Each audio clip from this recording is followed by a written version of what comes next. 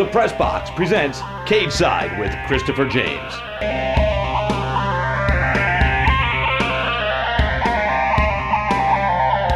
What happens if you lose, Nick? Who the hell is Aquaman?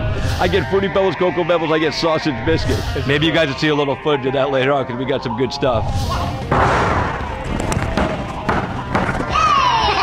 Go with the deuces. There you go, baby. Hey, how you doing? Welcome to Cage Side with Christopher James. I'm your host, Christopher James. Alongside me is my good friend Dion DeLauder. Man, Dion, man, we got a big show this week. Huge show, huge show. So tell me what we got coming up first. We got some stuff? We got an interview with the founders and the host of MMA Inside the Cage. You did a great interview with those guys. Yeah, that's right. Casey Oxendine and Cyrus Feast, two great guys. Casey runs Team Oxendine. Cyrus is a ring announcer as well as a TV show host. We're going to be talking with them. We also are going to be doing a recap of UFC on Fox 5. That's right, man. We picked all the winners, dude. All the winners. And actually, you picked first. I'll give you credit for that one. You actually picked all the winners. And but I agreed with you. I thought they were a good, strong fight. It was probably one of the best free cards in a while. But I got to say, it was probably the best free card in a while. So, I mean, it was the best free card that the UFC's ever given the fans. So, also going to be covering and showing some highlights of XFC 21 Night of Champions 2, where Nick Newell shocked the world. And what did he do? World champion Nick Newell. World champion Nick Newell. One-armed, amazing win. A lot of people said he couldn't even compete at this level. And you know what? Now he's the world champion. Proved a lot of people wrong. He really did, man. I was there for the whole thing, and we're going to talk to him as well. Also, on the show, we have the man to take away Uriah Faber's title at WEC. The first guy to beat him in WEC. Who was that? Mike Brown. Mike Brown from American Top Team. He's going to be on the show with us. So, like I said, man, we got a lot of great stuff for you guys today. So, stay tuned. Cage Side with Christopher James. We'll be right back. Cage Side with Christopher James is brought to you by The Press Box and Eric J. Herman, attorney at law. And for stuff you didn't see on today's show, make sure you go to our Facebook page, Cage Side with Christopher James, for behind-the-scenes footage and a little bit of blooper stuff. UFC on Fox 5 was a great card. It actually lived up to the hype that the UFC put behind it. Wouldn't you say so, D? Huge card. One of the best free ones we've seen in a long time. So let's get right into it. We picked the winners of all these fights, and, you know, that's good, man. We're 3-0 this week. So, first fight, Rory McDonald versus BJ Penn. The legend versus the young lion coming in, and I got to tell you, man, just like I said, he was going to walk right through BJ. Well, Rory McDonald trains up there with George St. Pierre. Great camp. He's a young stud. A lot of people said keep your eyes on this guy, and I knew it was just going to be a matter of time before he dominated BJ Penn. BJ Penn's definitely on the way out. Rory McDonald, keep your eyes on him. Yeah, and he came right out and called out the one guy that beat him, put a blemish on his record, and kind of pissed him off, Carlos Condit. So Carlos Condit apparently has already said yes. He said he's in. They're going to make it happen. All right, so you know that's going to be an exciting one. I can't wait to see that, but we're going to jump right into the next fight. Alexander Gustafsson versus Shogun Rua. Woo! I was excited about that fight. But again, the young guy, Gustafsson, came in and just went to work. He showed he had a chin. A lot of people questioned that. And he just went to work and dominated. Well, this fight really puts Gustafsson on a higher visibility level for a lot of people. You know, Mauricio Shogun Rua is a veteran. He's been around for a long time. He comes from Pride. I mean, the guy is a tremendous legend. Just fought for the title himself not too long ago and did very well in his loss. But Gustafsson is just really big, really agile, really athletic. He's going to be a great star to watch on the rise also. Young lion versus old lion. They did it again. And, you know, they say, Dan O'Ettori said that this kid is now the #1 contender once they have the fight with Sonnen and Jones. And he's an inch taller than John Jones, and their reach is about the same, so this is going to be an exciting fight. I can't wait to see John Jones walk through Chael Sonnen and then move on, because this is the fight I want to see. Screw Sonnen. I think he's a jerk. I don't think he belongs there, but, you know, we're going to get to him a little bit later on this week. Definitely. Now, the final fight of the night, man. And you know what's funny? Everybody picked against him, except for you and I. I mean, I don't see how they could. The majority did. I mean, the people out there, even Ben Henderson, the defending champion at 155 pounds, against the bad boy of MMA, Nate Diaz. Now, I'm going to tell you, I was worried about the striking of Nate Diaz, but Ben Henderson came right out and negated that by throwing kicks, establishing distance, and taking away the ability for Nate Diaz to do the one thing that he truly loves to do, and that's to punch in the teeth. Yeah. Ben's very agile, very athletic, and I knew he was just going to be too overwhelming and too calm and composed to be able to let Nate rattle him with all the talk he did. So I knew it was going to be an interesting fight, but I had no doubt Silky Smooth was going to be able to come in there and maintain his composure and basically outlast him. That's pretty much what he did. Well, I think he did more than outlast him. I mean, he dominated him for 5 rounds. Nate Diaz looked beat up. He got beat up, and, you know, in the fashion that a lot of people didn't expect, and a lot of people said that Ben Henderson needed to do this fight here to show the people that he deserved to be the champion, you know what I'm saying? And I think he's established himself. If anybody's questioning this guy now, you're out of your mind because No he more showed questions. it. There's no more questions. He went out there, he beat Frankie Edgar not once but twice, defended against the guy he took it from, and now he's taking out Nate Diaz, who a lot of people said he was going to lose to. So, Ben Henderson, I've always been a fan. I know Dion's been a fan. War to you, brother, because you did a great job. Anything else you want to say about this card? They don't call him Silky Smooth for nothing. He was incredible, man. So that's our recap of UFC on Fox 5, and we'll be right back. Walter's Press Box, Tampa's #1 sports bar for over 20 years. The Press Box, Tampa's favorite place to watch the big game and party. We show all the NFL games and every other major sporting event in the world, including MMA.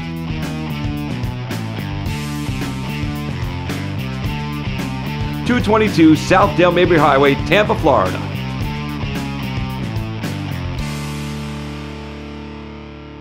Come on down and see us at the Press Box. Do you need a criminal attorney? Call Eric J. Herman, attorney at law. Non-attorney spokesperson.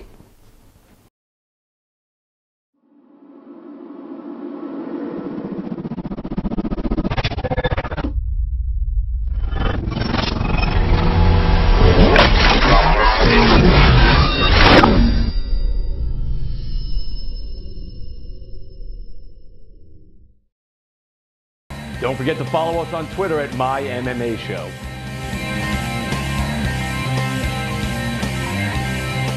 Well, guys, you know, it's time to talk to my good friends. The guys from MMA Inside the Cage, as you know, Casey and Cyrus. You ready to talk to them? I'm ready. All right, here we go. Check them out. I'm here with the man with the plan. He's got his own television show. You should check him out if you're in the area. Check him out on YouTube. It's called MMA Inside the Cage. He does it every week with his good friend Cyrus Fees. This is the man who runs Team Oxendine. Please welcome Casey Oxendine to Cage Side with Christopher James. How you doing, buddy? Excellent, man. We're here, ready to rock it out. Very, very excited. I love the show and love the event.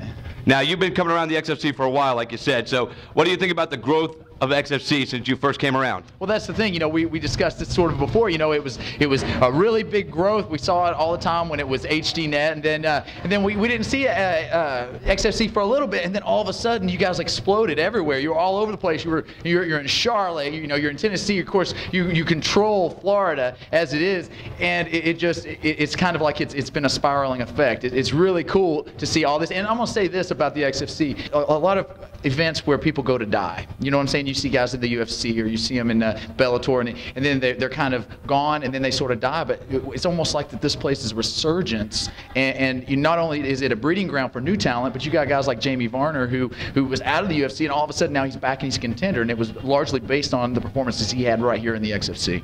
You know, that's a true statement, man, and we are a breeding ground for the new and upcoming talent. Now, before I let you go, man, unheard of thing to do on one interview show to another, but go ahead and give your show a shameless plug, buddy, and, you know, work it up. We're talking about the big show, MMA Inside the Cage. It's all over the place. Fight Now, Tough TV. It's on the CW network. It's the biggest and the best going today, brother. That's right, man. My good friends do the great show, and if you want to check them out, man, MMA Inside the Cage with Casey Oxendine and Cyrus Fees. And you can also see them periodically. They're going to be making appearances to help us catch up in the Tennessee area on Cage Side with Christopher James. So, I'm Christopher James for Cage Side with Christopher James and my good friend Casey Oxendine. We'll catch you later. So I'm reporting for Cage Side with Christopher James, which happens to be me, Christopher James. That's you. And I'm here with my man. He went out on the TV first. He's a great announcer, by the way, too, just so you know. Him and his buddy Casey Oxendine do a great show right here, MMA Inside the Cage. One day we'll have our own T-shirts, but we don't have them yet, so welcome to the show, Cyrus Friedman. Cyrus, how are you, brother? I'm feeling good, man. It was an awesome show, top to bottom. I love it. I love covering the XFC. I love that they come down here south and get in our backyard. It's fantastic. All right. Well, listen, man, you know, you're doing a great job with your show, MMA Inside the Cage. It's been around for a little while now. You've got over 10,000 people viewing the show on a regular basis on YouTube and Ustream. You're getting ready to sign a big deal right now, from what I understand, and take the show to an exclusive. Well, can you let us in on there, or you got to keep it a corporate secret? You know, we'll let you in on it. I mean, there's no secret that we're with Fight Now TV. We do a little bit with Tough TV, but we really like Fight Now and what they're doing, and they just continue to grow at a rapid rate. They keep on picking up carriers, picking up more homes, and more homes that we can be in, the better, you know, and they just got a really good way of going about things. So I'd like to say, I'm not going to say it, proclaim it, but I think we'll be with Fight Now TV for a while. And it makes me very happy because we've worked really hard on the show for many years. So. Well, that's awesome because you guys do a great job. You and Casey both, man. Last time I was in Charlotte when we did an XFC, Casey, I was on the other side. I was over here doing this, and he was asking me all the questions. And he's a nut job, man. How do you work with him all the time? You know, Casey. I mean, I've been accused of being a little crazy, but he makes me look sane. What's the way to say it? He's colorful, right? He's just a colorful guy. From his hair to his whole. Casey is awesome. Casey is Casey. We butt heads like crazy, you know, because we're partners in the business and we're partners on the show. So, you know, we butt heads, but all in all, I love working with Casey. I mean, it's a yin and a yang thing, you know what I mean? Whatever I do, where I'm up in the suit, he's over here in a cutoff t-shirt, rocking it out. That's Casey Oxendine, and that's what makes our show special. So, yeah, what can I say? I love working with Casey, and I can't say a bad thing about it because he could sub me in like, what, 4 seconds, maybe 5 seconds top. I'm thinking 2 seconds. I think you're giving yourself way too much credit.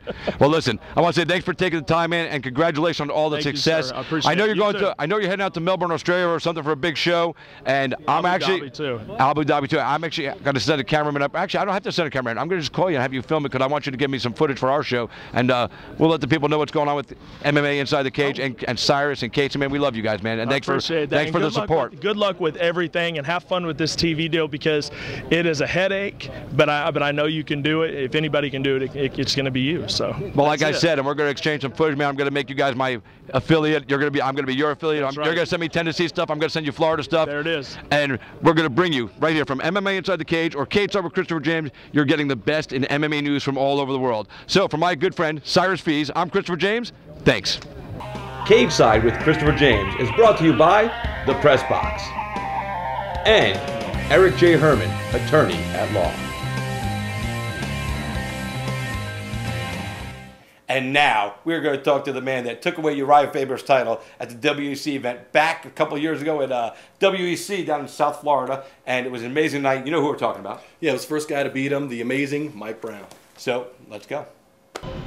I'm standing here in American Top Team, Coconut Creek, Florida, with the one and only, the man, when he won his title and knocked out Uriah Faber, shocked the world, the one and only Mike Brown. Mike, how you doing, man? I'm doing well, doing well. Well, thanks for taking the time to talk with us today. We definitely appreciate it. So, haven't seen you in a while. What's been going on in the world of Mike Brown? Well, I just had neck surgery September 11th, so I'm coming off that about a month and a half out. I had a cervical fusion. They took the disc out at C7T1, and now I'm just kind of rehabbing, trying to get strong and staying healthy and see how I feel in a few more months, and then I'll talk to the UFC again and see where I'm going to be at. Yeah, well, I saw you while you were rolling around out there. You look pretty good and pretty spry, like you're kind of ready to go. I'm not going live right now. I'm just doing drills and lifting weights and stuff like that. But I can't get hit in the head too hard or get cranked right now. But I'm trying to stay active, and I'm helping out here. I'm coaching as well, so I'm trying to branch out and do some other things while I'm not in fight mode. Now, you had a couple of fights with Uriah, and you had a couple other fights. You were up and down there. You had some wins, you had some losses, and then you got injured, you stepped away. There was also some other trials and tribulations going on in your life. Is everything smooth now? You're back to being Mike Brown, yeah, the man? I did have a few tough times there. Aldo kind of knocked me off the pedestal, and then I dropped a couple other ones. But I started making a comeback there. I was on a 2-fight win streak when I just had this last injury, so I was hoping to build on that, put 3 or 4 together, and then start talking about the title hunt again. But it has to start with a streak. Every streak starts with 1, and I put a couple together, so I was on my way, and a little setback. Hopefully the next 5 or 6 months I'll be back in there and continue the winning ways. Now, the current state of MMA going on, UFC obviously is still the top dog in the world. There's some stuff people are being, how should I say, they're getting upset about this new matchup with Chael Sonnen and John Bones Jones, saying that Chael shouldn't be there fighting because he hasn't fought in the weight class yet. Do you have a take on that? Yeah, I mean, I guess it's all about dollars and Chael sells, but yeah, I think it's a little unfair to some of the other guys. I mean, he's coming off a loss to get a title shot. I don't really agree with that, but I guess they're just looking to make the biggest money fights at this point. But I still think you could give Jones a top contender and put Chael against someone else, another a contender at 205, and make him win at least one contender fight, and that fight's going to sell too. So he doesn't have to be in the title fight to sell tickets. He can sell them even as a co-main or somewhere else on the card. So when you say like a contender, like say John Jones versus Gustafson, that would be the fight? I mean, everyone or a lot of people think that he should be the #1 contender. I'm not certain why that fight's not happening, And then put Chael with, you know, another top 10 guy at 205, because he hasn't fought anybody at 205. So I mean, he fought somebody at 205. It's been like 6 or 7 years. Yeah, hasn't been, that's what I mean. Yeah, but it hasn't been in a long time, and he's coming off a loss. How do you get a title shot when you're coming off a loss? You know? Well, and you know, in your weight class at 145, you know, Jose Aldo's going to fight Frankie Edgar. You know, that fight got put off because Aldo got injured, but Frankie Edgar's getting a title shot after coming off 2 losses to Benson Henderson. That's true. That's true. Yeah, I didn't even think of that one. That one almost makes a little more sense to me because he's going down. I don't know why, but I guess that shouldn't happen really either if you think about it. Because he's leapfrogging people. I mean, yeah, that's again, true. He's a former champion, whereas Chael Sonnen has never been a champion. That's true. So I kind of understand it, but I feel like he's leapfrogging people. Yeah, of course he is. Of course he is. You're right. He's coming off two straight losses. I guess he should get one win at the weight class before you give him a title shot. So, if you were ready to fight today, would you take on Frankie Edgar? I mean, if I was ready, yeah, I'll take on anyone in the weight class, of course. Because honestly, to me, that's a fight I would like to see, Mike Brown versus Frankie Edgar. I was thinking about it, you know, when I was driving around today, and I was like, that would be a good fight to see, because I think you guys match up stylistically well. You're a bull strength-wise. He's got some, you know, good hands and good footwork. Yeah, so I'd have to get my hands on him, but you know, that'd be a great fight, and I'm sure it'll happen someday, or very well may happen. There's a lot of tough guys in the weight class, and he's definitely one of them. So, American Top Team, premier school for mixed martial arts training all across the country. They got more schools, more locations, the best guys. How does that benefit you every day being a part of this? You know, you just get a lot of different looks, a lot of different talent, and when you got a lot of different people together that are all good, you know, you grow off each other. Everybody's got some knowledge to share, so a lot of things are built here, and a lot of techniques are developed here. So that helps everyone. Nice. Now, super fights. We're going back to some of these other guys. Anderson Silva, GSP. Everybody's talking about this big fight going to happen. What do you think? Do you think that's something you want to see as a fan, and do you think it's good for the sport, considering Silva only has 2 fights left on his contract? They're saying he's going to fight GSP, and then if and when he wins that one, then maybe Johnny Bones Jones, which leaves that title at 185 in limbo. So what do you think? Well, if that's his last fights, then he'll probably retire, and then it'll be somebody else fighting for it. But no, I think it's great. I mean, those fights will sell, and it's all about making those matchups. It does kind of suck for those guys that are going to be, you know, it's going to cause a bottleneck at the weight class. But man, he really wants to, you know, be remembered as the best, and if he would do something like that, he would definitely be remembered as the best for a long time. So let's pick him. Anderson Silva, GSP. Who do you take? I'll go with Anderson, just for the size advantage. You know, they're both talented, amazing fighters, but I guess I got to go with the bigger guy. All right, Anderson Silva, John Bones Jones. And I'll do the same there. I'll go with just the bigger guy. You know, they're all amazing talented fighters. So I'll just go with size on all of them. Okay, in the super fight for Mike Brown, who would it be against? Oh man, I don't really have a. And don't say me, because you kicked my butt. No, I don't really have anyone I'm trying to call out or anything. I guess super fight with me was a shot at Aldo, which isn't an easy fight, but you know, it's every fighter's dream to get the title, so that's what I'd be after. All right, so how do people get in touch with you and keep up with your career? MikeThomasBrown.com or MikeBrownMMA.com. Twitter, Mike Brown MMA, or I'm on Facebook, Mike Thomas Brown. And there you have it. I'm on all of them. I like all that. He's a social media maven. He's got it all covered. Working on it. Well, again, thanks for taking the time with us. We appreciate it. Can't wait to see you get back inside a cage somewhere soon and get back to your ass-kicking ways. Thanks so much, man. Thank you so much. For Mike Brown, your cage side with Christopher James.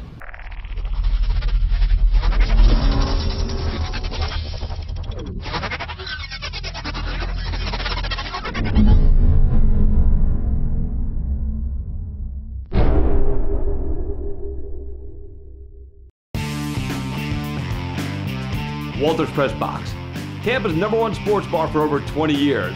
The Press Box, Tampa's favorite place to watch the big game and party.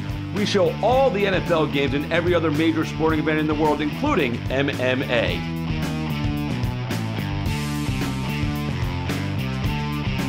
.222 South Dale Mabry Highway, Tampa, Florida.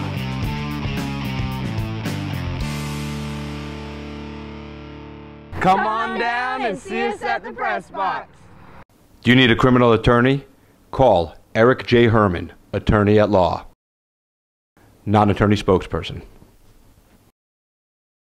And now we're going to talk about XFC 21. Night of Champions 2. It was a great night of fights. Nick Newell, the history-making fighter, won the XFC Lightweight Championship of the World. So let's get right to the highlights and get into this card, Dion.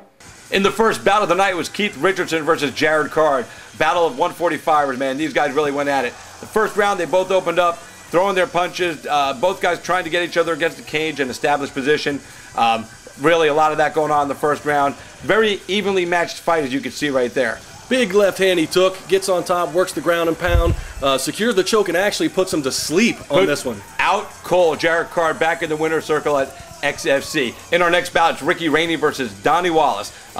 Donnie Wallace is a ground fighter, a BJJ guy, but Ricky Rainey, the sniper, big, heavy hands, and he wanted to prove after that last loss that he was the real deal. And you can see right there, he came to work and knocked him out. First round, went at it, put the hands together, caught him with a nice two-piece combination, and was able to get the referee stoppage. And coming up next, Marcus Finch, Dustin West, light heavyweights. This one's real sad. I don't even think you're gonna get time to talk about it with me, buddy, because it was a knockout by a headbutt, and it was called a TKO, but it really should have been a no contest. Marcus Finch and Dustin West, these guys should have to go at it again, because this just was, you know, one of those things you couldn't catch it in real time. So we're going to move on to what should have been the fight of the night if it was on any other card. Stephanie Eggink versus Heather Clark, the XFC veteran. Stephanie Eggink making her promotional debut. Look at the transitions, the submissions, Dion. Big bombs from these two young ladies. Great jiu-jitsu, working the ground and pound. And I think this one actually went to the all the way to round, third round decision. And Stephanie Eggink comes out and pulls out the decision, unanimous victory. Moving on to the co-main event, Ryan Thomas versus Corey Hill. This could have been a main event on any other card. Both these guys, UFC veterans, partying in the XFC cage, and Ryan Thomas did what he does. American Top Team Jiu-Jitsu wins out right here. Look at that armbar. After getting dumped on his head, was still able to keep his composure, secure the armbar, extend it, pull it out, and get the submission. And coming up now in the main event of the evening, history-making, notorious Nick Newell, the one-armed phenom from Springfield, Massachusetts and Connecticut, comes in, world title shot against Eric Reynolds. Huge win for this guy, wins the championship belt. You could see that submission's really, really tight. That guillotine's right under the neck, pulls him to the ground, and he's forced to tap. Great fight, great story. Man, what a great night of fights at XFC 21, man. What do you think? Huge event, action-packed, and I can't wait for more from you guys. Nick Newell throwing that suplex, man. I told him after the fight when I was interviewing, I was like, you know, that suplex you threw would have made Kurt Angle proud, the Olympic wrestler and the only Olympic gold medalist to wrestle in professional wrestling. Very technical, very sound, and he came away with the big win. You know what's funny? Kurt Angle, I ran into him in the airport in Nashville, Tennessee on the way home. And you would? It just so happened that coincidence? I think not. So I ran into the guy, I pulled up the video on my phone, I showed him the suplex that Nick Newell threw, and Kurt Angle had this to say. He said, that was textbook. That was the real deal, and he said Nick Newell is legit. So what an endorsement from a guy who knows what's going on. Like I said, a lot of people didn't give this guy a lot of credit, didn't think he would be able to compete on this platform, so he's proven a lot of guys wrong. Just keep doing what you're doing, Nick. And Nick, on behalf of the XFC and me, myself, man, it was an honor to announce you as a winner at XFC 21. So congratulations to you, Nick Newell, the new XFC Lightweight Champion of the World. We'll be right back here on Cage Side with Christopher James.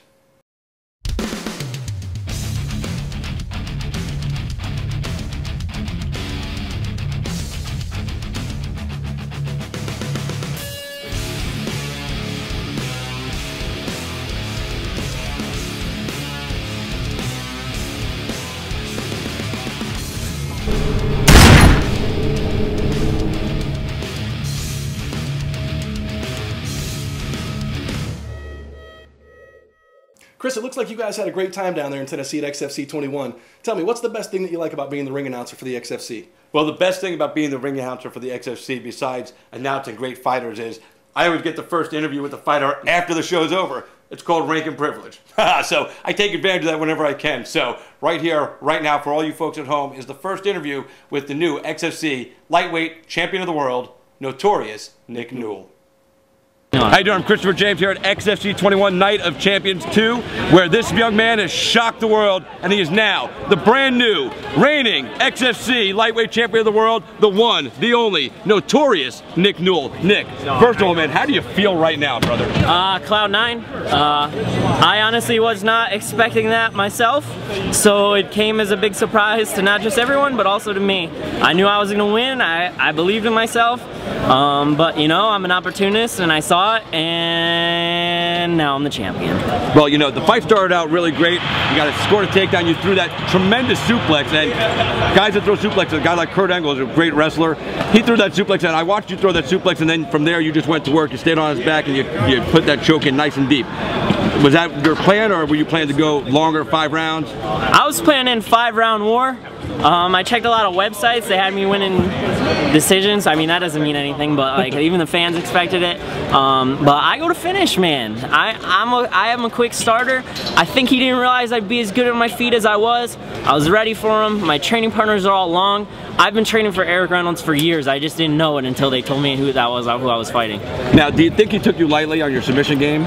I could tell he was kind of sleeping on it. He was getting up, ready to do whatever, but you know, I'm a boss, man. I'll take that chokehold. You know, I have excellent chokes, and I train with a lot of black belts and a lot of guys that don't even have belts that are just nasty grapplers. At times I'm ready for any situation that comes my way, and you know, that wasn't luck. That was from hard work, and that was from me going to the gym every day. All my friends are out having fun, doing this, doing that. I'm dieting, sitting down, doing nothing, you know, thinking about fighting. And you know, I was just a kid with a dream. You know, 2-22, wrestling record freshman year, and now I'm a world champion. Man, what a great day today on Cage Side with Christopher James. Got to talk to our good friends Casey and Cyrus from MMA Inside the Cage. What'd you think of those guys? Hey, really funny, very knowledgeable about the sport, and we look forward to having them back on the show. Absolutely, good guys. You know, then we got to talk to, well, I got to talk to him, you got to listen to him, but what'd you think of Mike Brown?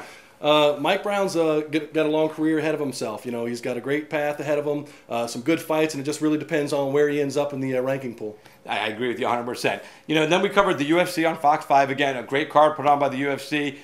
Their best card of the year as far as I'm concerned, pay or non-pay. Young Lions defeated the old Lions. It's a new standard here. We're looking forward to it. And finally, history was made, XFC 21. XFC Night of Champions 2. It was an amazing night. Nick Newell. Nick Newell, new world champion. Amazing. Like I said, I've said it all show long. A lot of people don't give him the respect he deserves. You better start watching out for that guy. Yeah, no, and on a lighter note here, you know, I didn't mention it in the interview, but, you know, Nick Newell did things that other guys couldn't do. And, you know, Eddie Alvarez, I want to bring him up, Bellator, famous fighter. It took him almost 3 rounds to tap out Eric Reynolds. And Nick Newell did it in 84 seconds. That just lets you know that Nick Newell is legit and he's the real deal. And once again, congratulations to the new XFC lightweight champion of the world, Nick Newell. So, listen, thanks for tuning in with us here at Cage Side with Christopher James. We totally appreciate it. Make sure you hit us up on our website, mymmashow.com. Leave us comments, information, anything you want to see on the show. Hit us up right there. So, for my good friend Dion DeLauder, I am Christopher James, and you're Cage Side.